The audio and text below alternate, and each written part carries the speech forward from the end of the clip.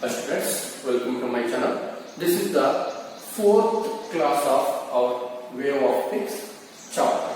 In this class, already last class we are going to discuss about law of reflection and law of refraction using the Huygens principle. In this class, we can discuss about behavior of plane wavefront. Behavior of plane wavefront.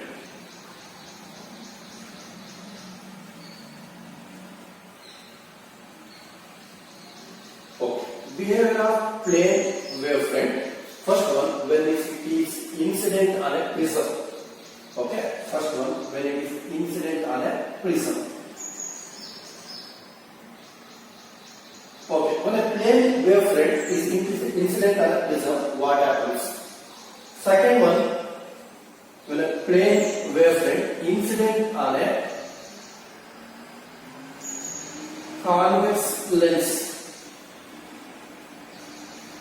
Convex lens. Next one, when a plane wavefront incident on a concave lens.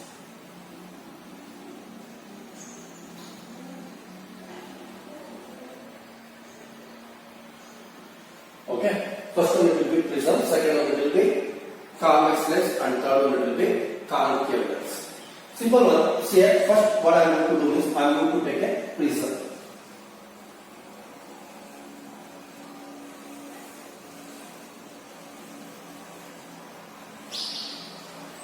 Prism I am going to mark A, B, C prism.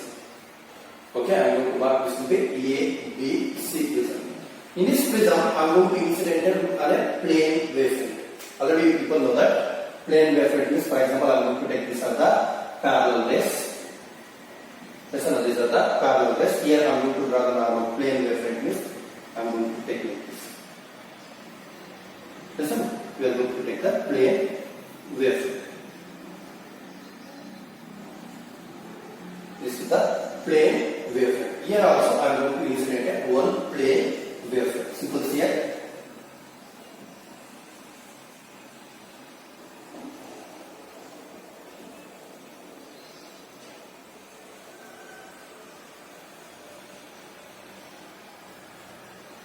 I am going to take a plane wavefront BD. Okay, I am going to take a plane wavefront. This plane wavefront I am going to incident on a prism. This is what the direction of the wavefront. I am going to incident on a prism.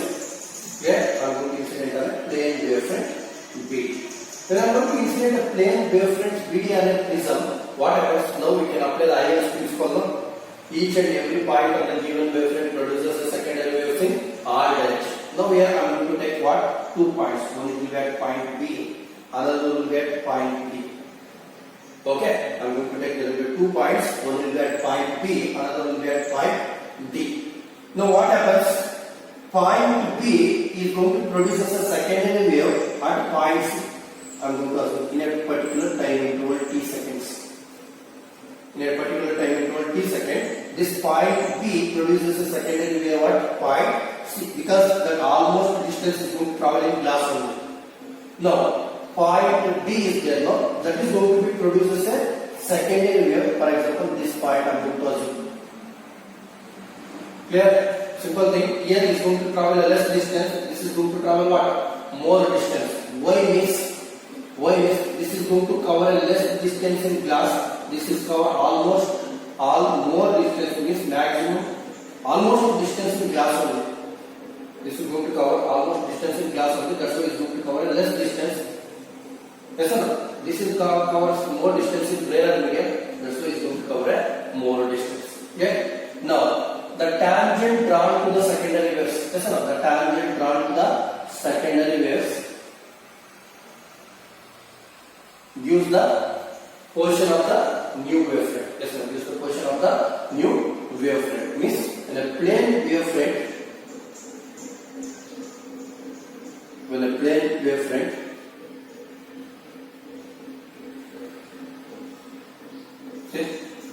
this is the plane wavefront BD I am going to incident on it.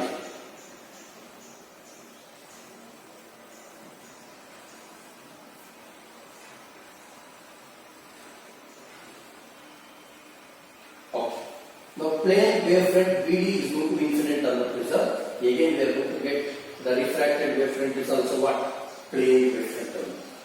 Clear? That's one more question they will ask. What is the shape of the refracted wavefront when a plane wavefront incident on a prism? Okay, the shape of the refracted wavefront is also what? Plane wavefront. This is a plane wavefront. Simple one. When a plane wavefront incident on a prism. This is a plane wavefront incident on a prism. I'm going to take 2 points. One will be point A, another will be point B. I'm going to also point B is going to produce a secondary wave at point C in a time interval T is. The point B is going to produce a secondary wave at point B because this is going to travel a more distance. That is because of what? This is going to travel a less distance in glass. This is going to cover almost all the distance in glass. Okay? That's why it's cover less distance. This is cover more distance. That's why the plane wavefront incident on a prism, the shape of the refracted wavefront is also plane wavefront. Shape of the refracted wavefront is also plane wavefront. Next one, same way.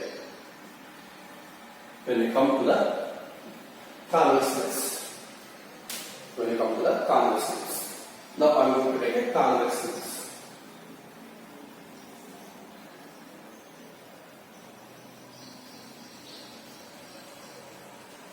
I am going to convex lens here. Convex lens here. In this convex lens also, I am going to incident what? Plane wavefront. I am going to incident on. I am going to incident a plane wavefront.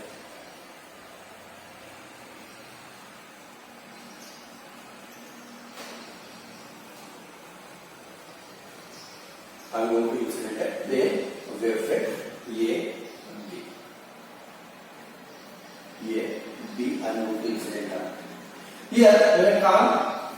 Plane wavefront is going to be incident on a convex lens. Yes, the plane wavefront is going to be incident on a convex lens. What will happen? Say I am going to take here. I am going to take 3 points. One will be A, another will be B. Here I am going to mark point P1. I am going to take 3 points. Say the point P1 is going to cover more distance in glass. That's why more distance inside the lens. Inside the lens. That's why here also I am going to assume the in particular time interval T. In a particular time interval T, the point P1 is going to produce as a secondary wave at point P2. At point P2. Same way, the point A is going to produce as a secondary wave at point C. I am going to assume this is going to produce as at point C. Then point B is also going to produce a secondary wave at point point D. Clear? Can you take? That's why it is going to produce a secondary wave at point D. Clear? Now, first principle is first items. Principle is second one. According to second statement, what? The surface touching.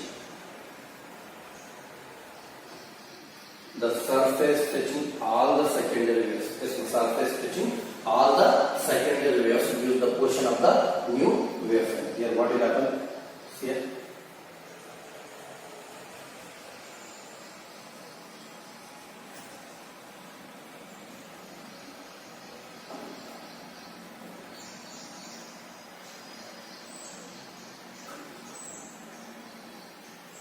When a plane wavefront is going to be incident on a convex lens, that is going to be incident on a convex lens, what will you get? You get converging spherical wavefront.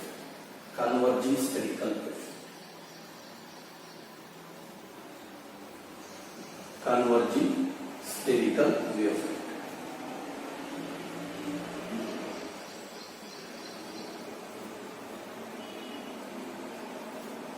Here, plane wavefront only. When plane wavefront incident on a prism, we will get plane wavefront. When a plane wavefront incident on a convex lens, we will get converging spherical wavefront. Yes, converging spherical wavefront. See, simple. When a plane wavefront, I am going to incident on it.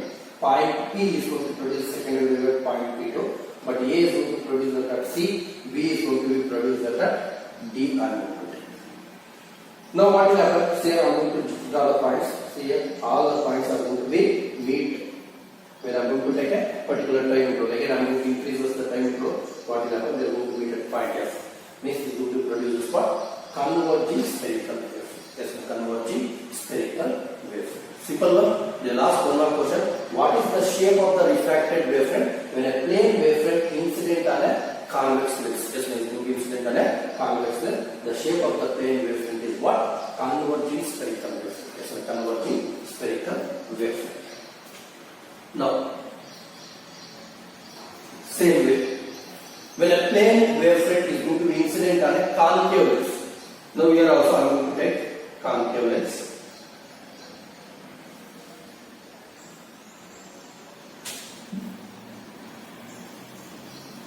I am going to take a concave lens.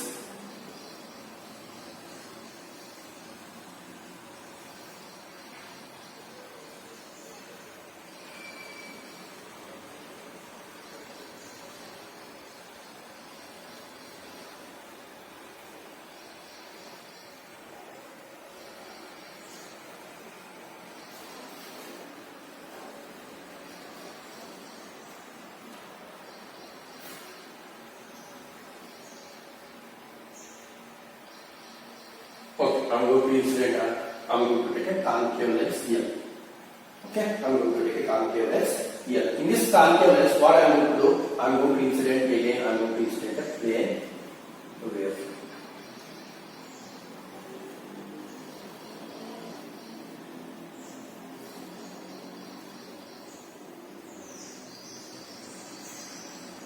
I am going to incident a plane wavefront A. Okay, I am going to incident a plane wavefront A. Here what I am going to take? I am going to take 3 points. Same, I am going to take 3 points. One will be A, another will be point A. Now I am going to take point P1.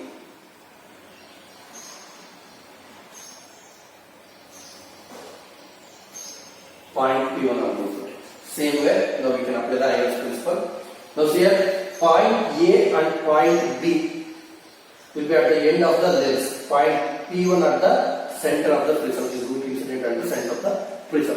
Now see here, the point P1 is going to be traveling less distance inside the glass. Less distance inside the lens means he is going to cover more distance. He is going to produce a spherical wave. Yes, sir. Point P1 is going to cover less distance, is going to produce a here in a time interval T. In a time interval T. In this time interval, point A and point B is going to cover a more distance inside the lens. Yes, no more distance inside the lens. Therefore, it covers a less distance. If they are going to produce a sphere. Here, this is a point P1 is going to produce at this point. Means that one I am going to take point P2 because they are going to cover a more distance in here and less distance in glass. That's why it is going to cover a larger distance. But these are going to cover almost all the distance inside the lens only. That's why they are going to cover a less distance. Now I am going to join this.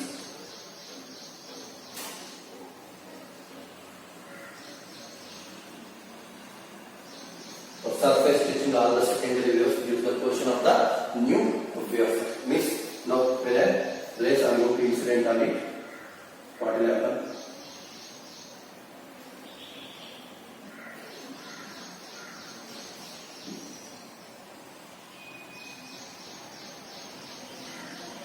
Here we will get what? When a plane wavefront incident on a concave mirror, we will get what? Diverging spherical wave. What? Diverging rays, no? This one I am going to make C. Here the shape of the refracted wavefront will be what? Diverging spherical wavefront.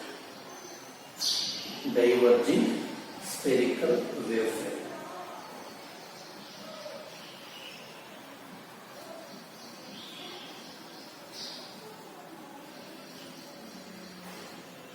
Diverging spherical wavefront. Here, simple explanation. When a plane wavefront incident on a prism, we will get a refracted wavefront is also plane wavefront.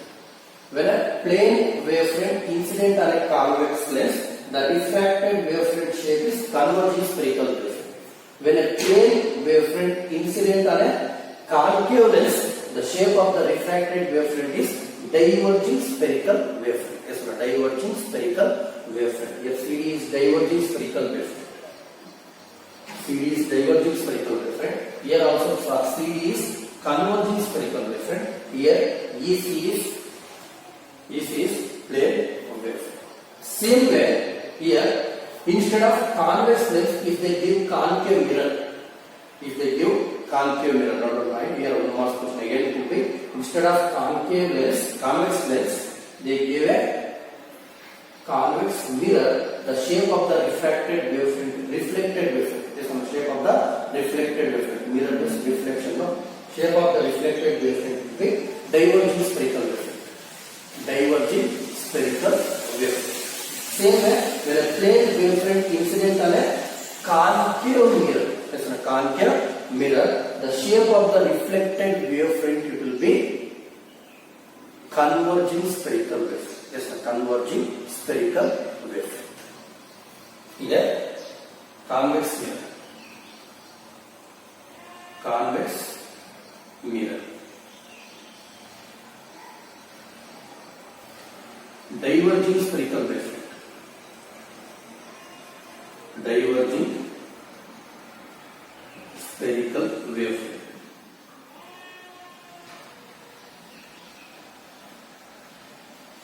Diverging spherical wave. In case of concave mirror,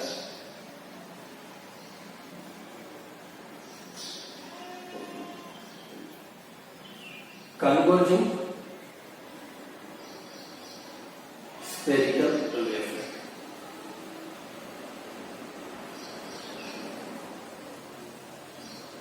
Okay, converging spherical wave.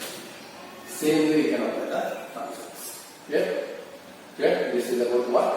The behavior of plane wavefront is incident on a prism, convex lens, concave lens, convex mirror, and concave mirror. Clear? Now,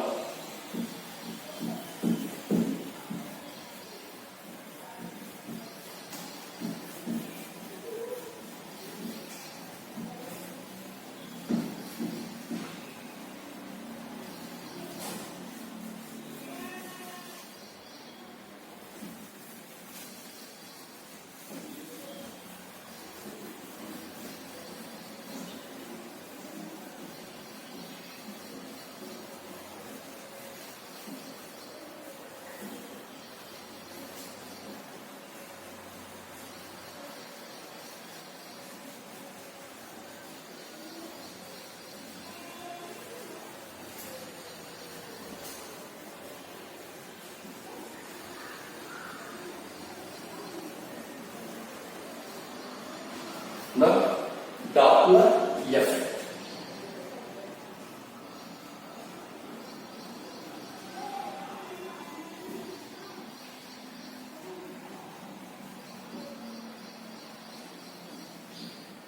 Doppler effect. Already in first year wave chapter, already people studied about Doppler effect. Doppler effect means simple. When a source of light, I am going to take one source of light, another will be observer. When source of light and observer both are going to move towards each other, or any one is going to be moved towards each other, what will happen?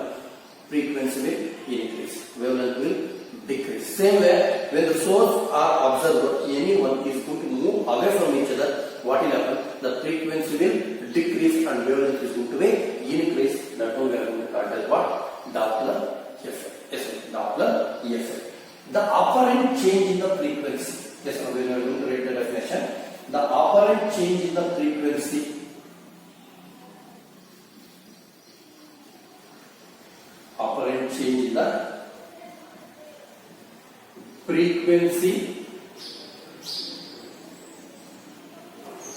or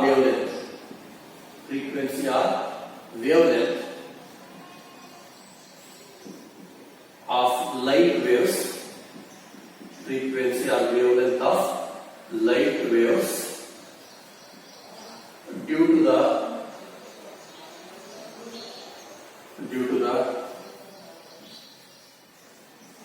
relative motion between the source and observer. Simple one. For example, when I go to switch on a bulb, when I'm going to move towards the bulb, what will happen? The frequency means brightness will increase, intensity will increase, means the frequency will increase and wavelength will decrease. Same way when I'm going to move away, when I'm going to move away, what will happen? The frequency will decrease and wavelength will increase. Same way also, the apparent change in the frequency or wavelength, apparent change in the frequency or wavelength of light waves due to the relative motion between the source and observer. Instead of source is moving also change, or observer is moving also change. There will be apparent change. Yes, there will be apparent change. That one we are going to call as what? Doppler effect. When you are going to write the formula for Doppler effect, means that will be simple. Apparent change means what? The change in frequency I am going to write delta f by f. Apparent change in the frequency is equal to the plus or minus v by c. C is what? Speed of light. Yes, no, c is the speed of light. This is the radial velocity. We are moving up. Delta f by f is equal to plus or minus v by c. Here plus positive sign. Positive sign. When it will be positive sign, moving away. Moving away. Keep in mind. The positive sign is for moving away and negative sign moving towards. Moving towards. Moving towards. The same way, there will be apparent change in the frequency of wavelength. No? In terms of wavelength, we are going to write delta lambda divided by lambda. Delta lambda divided by lambda is equal to plus or minus v by c. Plus or minus v by c. Clear? Here, the based on the moment, based on the movement of the source or observer, source or observer, Doppler effect we are going to call it as one. It will be blue shift, another will be red shift. Blue shift, another will be red shift.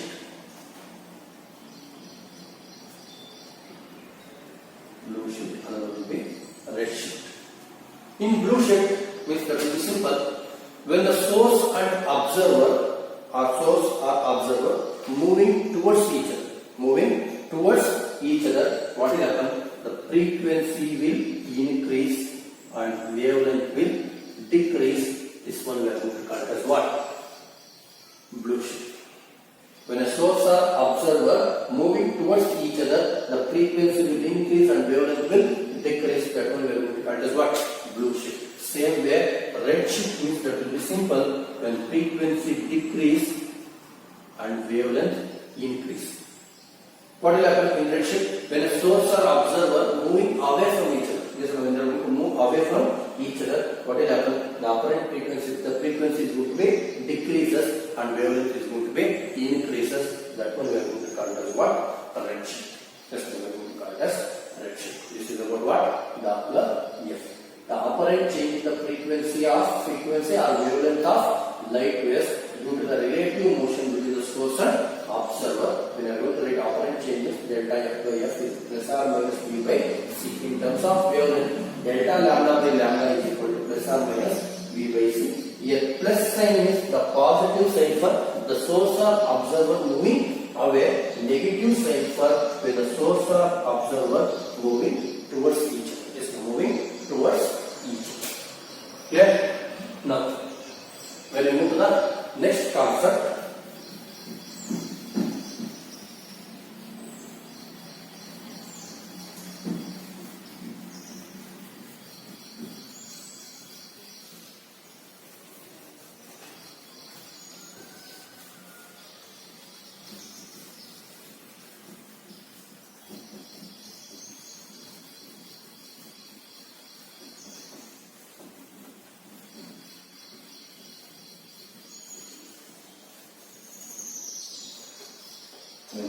next concept, interference of light.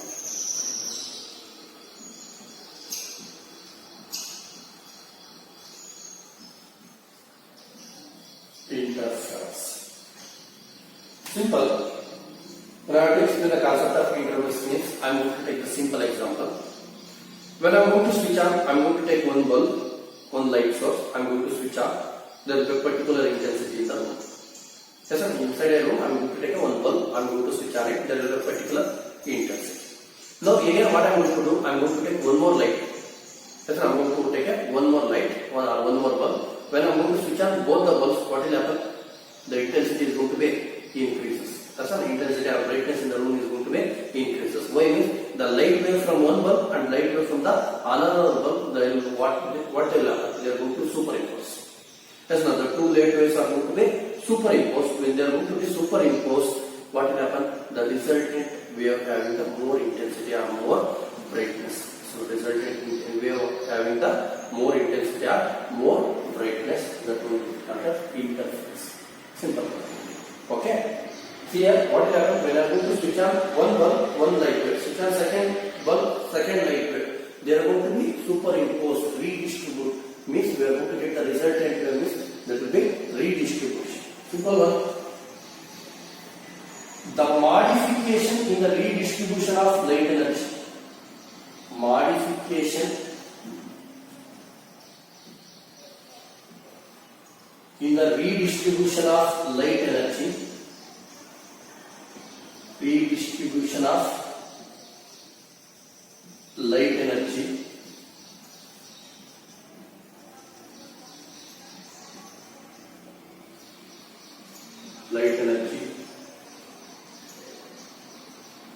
due to the superimposition of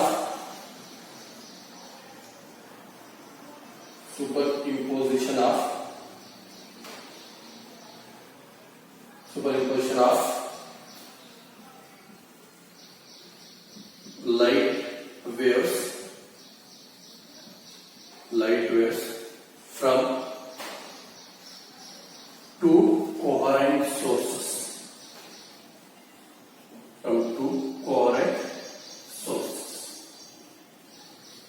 Clear? When the two light waves are going to superimpose, what will happen? The energy is going to be redistributed. That was only I am telling. The modification in the redistribution of light energy. The modification in the redistribution of light energy due to the superimposition of two light waves from two coherent sources. This one, two coherent sources is called what? Interference. Now there will be interference is of two types. One will be constructive interference. Constructive interference.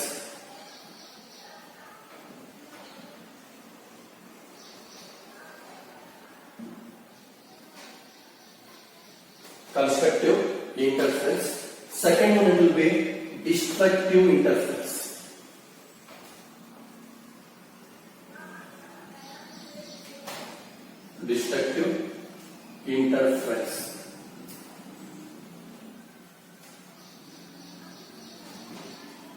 Here, constructive interference means that will be simple. Here, if crest of one wave falls on the crest of another wave. Yes, the crest of one wave falls on the crest of another wave is called as constructive interference. Simple, I am going to represent in diagram. See,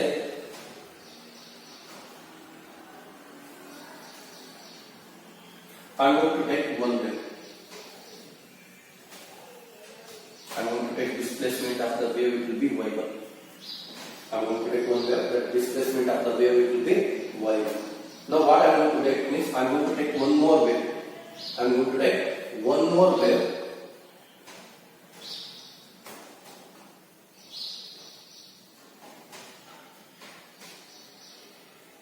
This will be y2. This will be y2. Make simple here. The y1 and y2 are the two waves. Here the crest of one wave falls on the crest of another wave, or trough of one wave falls on the trough of another wave. Yes, the trough of one wave falls on the trough of another wave. What will happen? The resultant wave.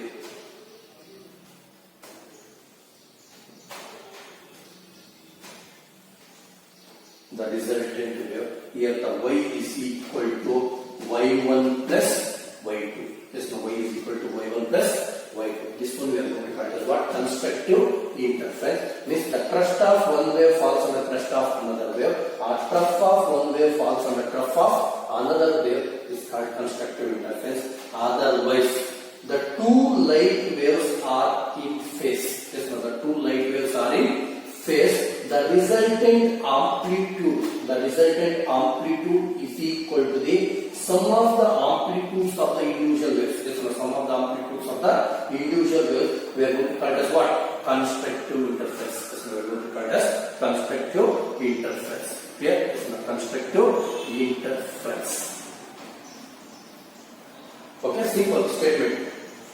Two ways we can define. Crest of one wave falls on crest of another wave, or trough of one wave falls on trough of another wave. Okay. Otherwise, the two light waves are in phase, are constant phase. The resultant amplitude, the amplitude of the resultant wave is equal to the sum of the individual wave is called as what? Constructive interference. This is called constructive interference. The same way, when you come to the destructive interference, here also we can explain using diagram only. Here, what I am going to do is, I am going to take one wave. I am going to take displacement of the wave, it will be y. Yes, sir, displacement of the wave, it will be y. Then I am going to take one more wave. In this wave displacement, I am going to take y2.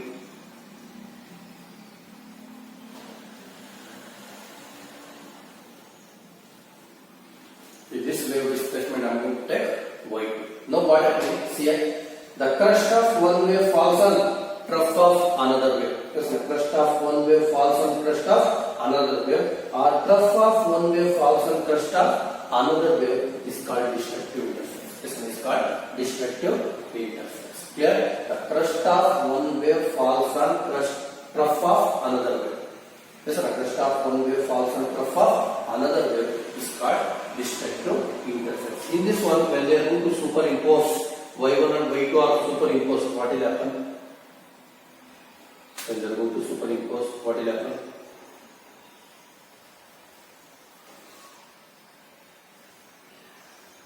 Y is equal to y1 minus y2.